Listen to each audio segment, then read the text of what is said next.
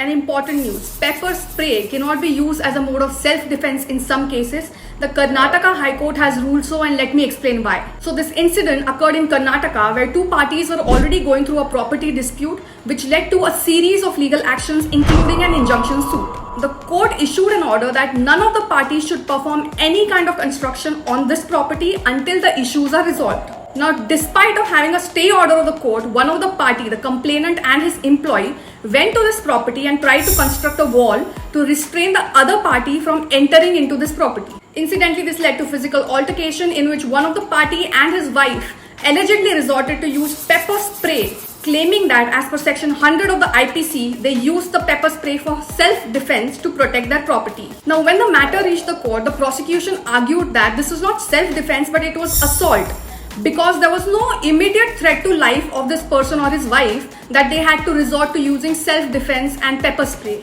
Now, all this happened, the court heard both the parties and then emphasized that there is no particular law in the country in regards to usage of pepper spray being a dangerous weapon. But a court in USA in People vs. Sandal had observed that noxious chemical sprays like pepper sprays are dangerous weapons. And thus, relying on one of the judgment of the Apex Court, the Karnataka High Court rejected this criminal case.